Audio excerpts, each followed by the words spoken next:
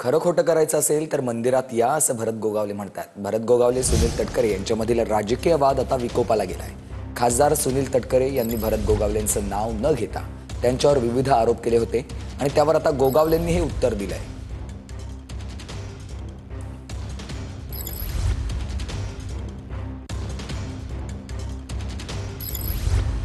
27,000 मंदिराच्या साक्षीने या ठिकाणी सांगतोय, राष्ट्रवादी काँग्रेस पक्षाची पूर्णपणाची त्या गावामध्ये 100% गावामध्ये जर आम्हाला 25 मतं मिळत आहेत आणि त्यांना जर 250 मतं मिळत आहेत, अशी अनेक उदाहरणं आहेत। लक्षात आलं का? तर त्यांना खरोखर प्रामाणिक वाटत असेल की मी कुठल्याच कार्यकर्त्याला कुठल्याच पदाधिकाऱ्याला जर फोन करून सांगितलं नाही, तर त्यांनी तळोच्या रंगवाईच्या तिथे यावं।